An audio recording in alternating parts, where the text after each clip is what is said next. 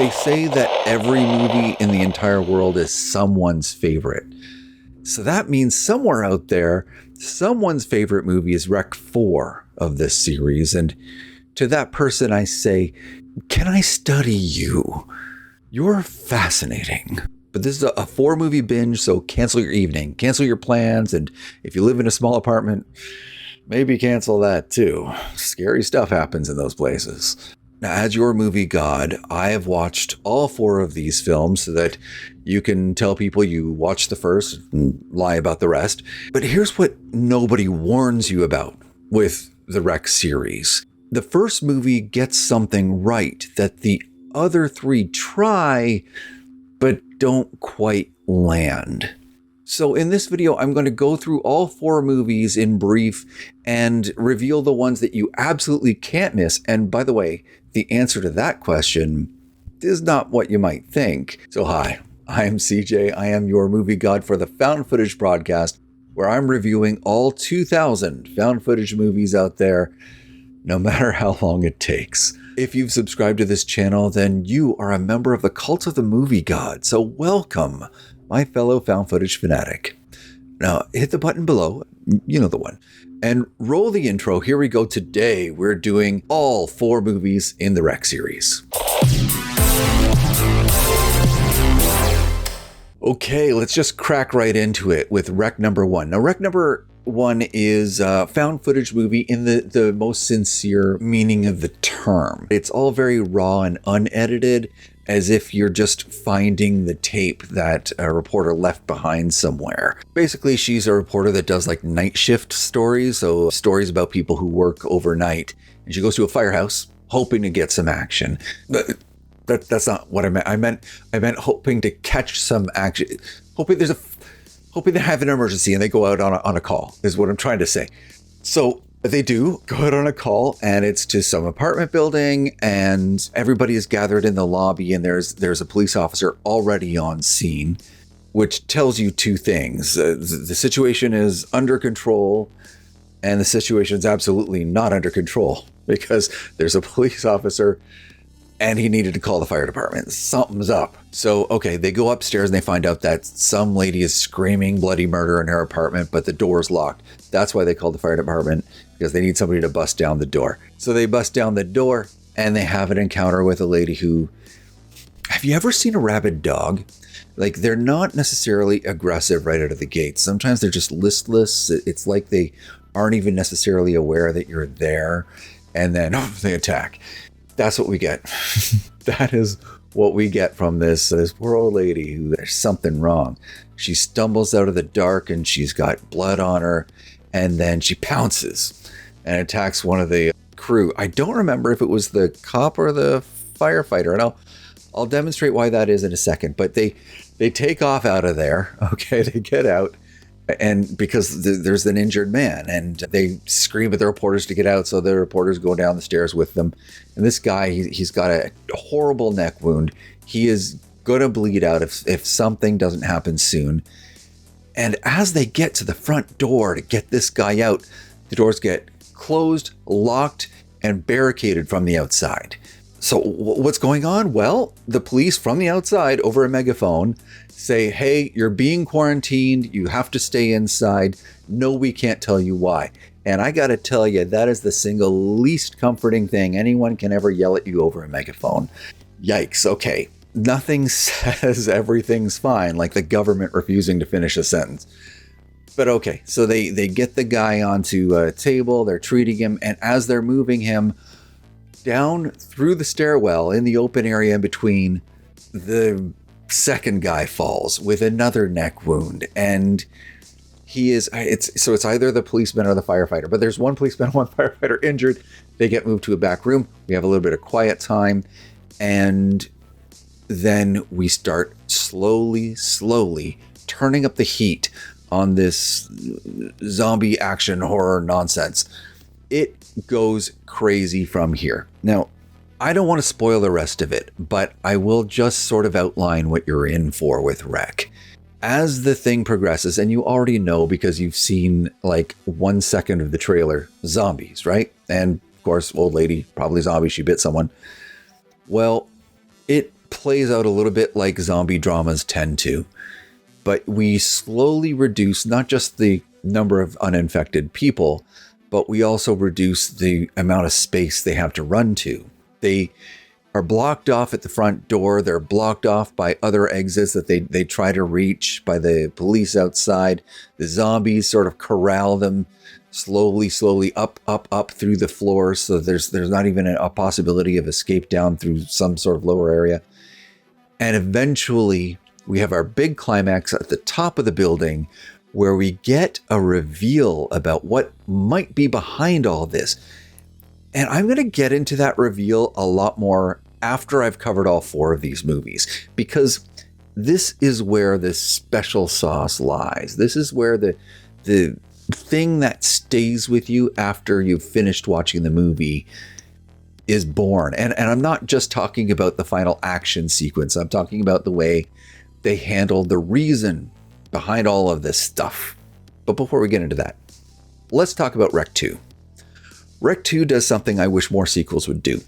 They start the action from a different perspective in the same movie. Basically, Rec is still ongoing. You kind of roll back about 20 minutes before the end, and you start with a new cast of characters outside the building that are going to make their way in eventually. Overall, Rec 2 is a lot like my last performance review at work. It's a lot more fun if you don't think about it. Eventually, in this building, we end up with a SWAT team, a fake health investigator who's got a bunch of secrets, and a bunch of teenagers who are just really curious and found a way to break in. This is the world's worst escape room team.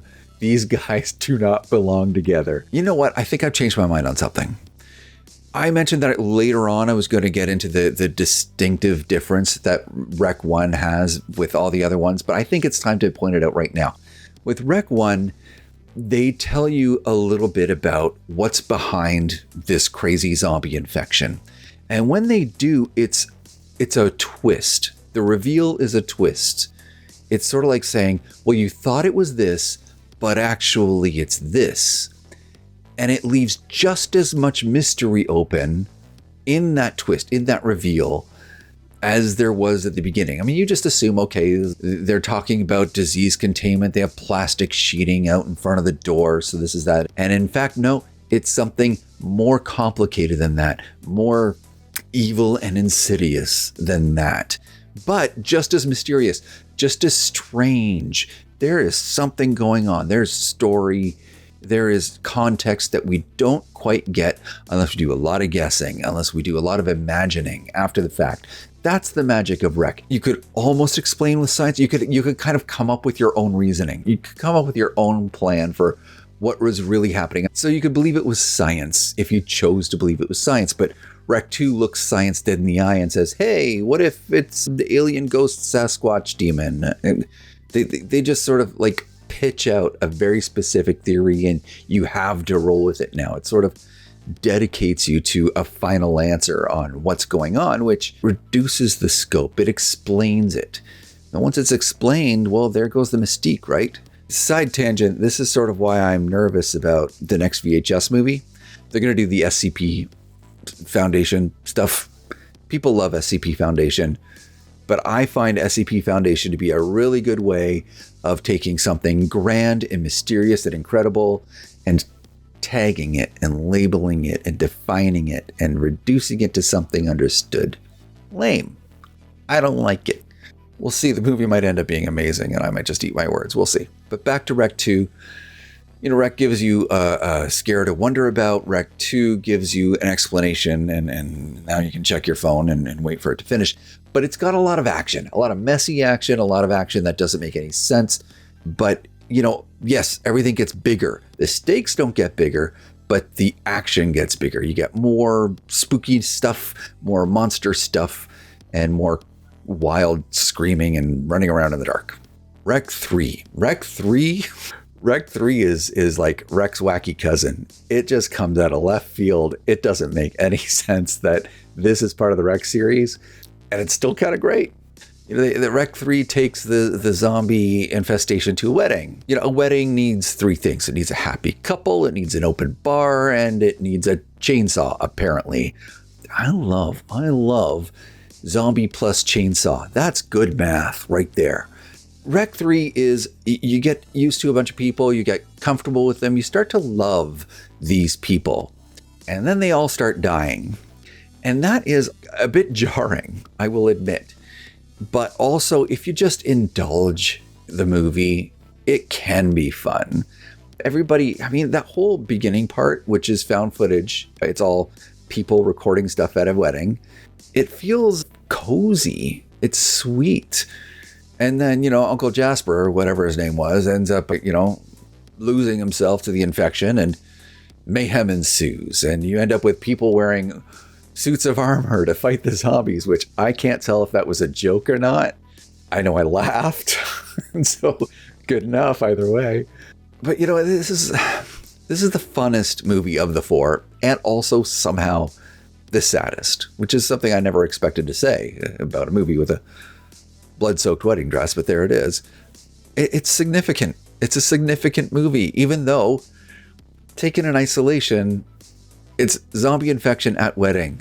What does this have to do with Rec? Well, tangentially, it's a thing that you could say had to do with that same world, but it doesn't exactly expand the lore. And also, in all fairness, it's only half found footage. The first half is found footage, and everybody puts down their cameras because, well, zombies. We can't be dealing with cameras right now.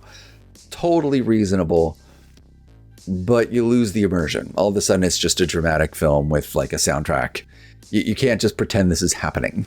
So, that might ruin it for you. Just something to keep in mind. Rec 4, however, doesn't pretend at found footage at all. At all. You swap the fantasy lore in Rec 4 for just like hard sci-fi. I mean, yeah, you could still rationalize that there is some kind of fantasy element to it, but they're taking a scientific approach and they're trying to do it from a scientific perspective. Now, you're not going to believe this, but they're on this ship studying the source of the infection from Rec with one of the characters from the first two movies. So they're studying the infection, and the infection gets out and it just starts spreading across the ship and everything falls apart. I was floored. Who could have seen that coming? Honestly, such a creative direction. Okay, all right. All hamming aside, it's an action movie in a bunch of hallways, and basically you're just stranded on a boat with a bunch of people you don't care about. That's the movie. Which, if you've ever been on an actual cruise, it's actually the most realistic thing this franchise has ever done. I hate cruises. So I think it's time to talk about the main question, the big question, the only question that matters. Should you watch it? Let's talk about the series as a whole and if it's bingeable. I think, if you're a hardcore found footage fanatic, you'd stop at 3 because that's where the found footage stops. And strictly speaking, the found footage stops halfway through 3. So that might be a thing for you. You might watch the first 2 and say those are the only 2 real Rec movies because they both happen in the same area, kind of at the same time. They're a single unit. All right. But putting aside all of that pedantry and like, will this be a movie that you enjoy, which is really what it comes down to, I gotta say, the first movie is perfect for people who want tension that mounts and mounts and mounts. The first movie does that in a way that none of the other movies quite hit. But the biggest difference is that the first movie has a twist that deepens the mystery rather than squashing it. The second and the fourth just explain what's happening. Explanations are not a twist. Explanations are not deepened mystery. And I don't want to get all J.J. Abrams mystery box about it, all right? But the point is that if you do a reveal, it itself should be a reveal, not just an explanation. Oh, that's what it was. And so on that level, from a story perspective, if story matters to you, you watch the first one. You stop there. If you just are in it for crazy zombie hijinks, 1, 2, and 3, man, they all deliver. 2 is messy as hell. It doesn't have augmenting tension like the first one or the third one. The third one does a little bit better job, actually, at augmenting tension. But they're both zany good times. I will say 3 is probably a must-see if you're just in it for great zombie action. The third one is a decent watch. It's a shame it's only half found footage, but it's a crazy fun time with a sad, sad ending. And that's not spoiling anything. I mean, come on, it's a zombie movie. Having said that, 4, I want to say, tries to have its cake and eat it too. It has a final reveal that doesn't even mean anything. You sort of watch a thing happen at the very end that's supposed to make you go, ooh, but really all it makes you go is, all right, what does that mean? So I don't know. 4, there was no moment in 4 where I cared what was happening. That's just what it comes down to. And most people are going to feel that way unless you really, really, really like boats. If you really, really, really like boats, like, I guess. Oh, and I guess I'll just toss it out there. If you don't like blood, you don't like zombies, don't watch these movies. But yeah, the first one, nail-biting, hyper-focused viewing, great for us who have attention problems because it grabs your attention and won't let you go. And then the other ones, you're just going to sit back on the couch, put your feet up, eat some popcorn, and just sort of, yeah, it's fine. I will say I like the 1-2 punch of Rec and Rec 2, just because Rec 2 sort of does continue the story a little bit. 3 is a fun time until it's sad, and 4 exists. Let's talk about what's next up. And guys, I need your help with something. I have had all these viewer requests, and I did not have a spreadsheet. Since starting this 2000 movie process, I have this massive spreadsheet that still needs editing and paring down. It's got a bunch of TV shows mixed in it that I've got to remove and some duplicates. It's like got 2,100 titles on it, and I know a lot of them aren't movies, so I got to clean it up yet. And I also have to start tracking your requests because they're piling up. And at this point, I don't know who's requested what. So if you requested The Devil's Door, not Doorway, if you've requested The Devil's Door, please leave a comment to tell me it was you so I can give you credit next time, because I'm gonna hit that next. It looks pretty cool. I watched the trailer recently, but I haven't seen it yet. It's a very unique take. The Devil's Door makes it seem very spooky, but the premise is very grounded. I don't know what I'm in for here, so that's gonna be cool. And while I was on Found TV and I saw it, I also noticed they had a copy of The Monster Project. The Monster Project is zany, wacky, super fun. It's not supposed to be funny, but it is fun. It is fun, and intentionally so. So I'll do that after. So I'll do The Devil's Door this next time, and then we'll hit The Monster Project because I just love it. It's not very mature, but it's it's a lot of fun. You know, I'm going to skip the Holy Order for Rec because I just did a series of 4 movies, and well, to be honest, I just can't think of anything. I love Rec, but we're going to skip the Holy Order. But I will say, like, sub, super thanks, join, comment, hype. Every little click is a sin scrubbed off your soul. Won't that feel good? If you truly want to ascend, join the Patreon. I have started putting behind the scenes stuff there, and I've got a whole bunch more. I'm going to talk about the big list and the stuff that's behind that, and some other behind the scenes stuff of things I'm working towards for the channel. My friend, if you've made it this far, thank you. I mean it. Just watching this far means the world to me. So thank you so much, man. I thank you. I appreciate your support, and I'll see you next time. Bye-bye.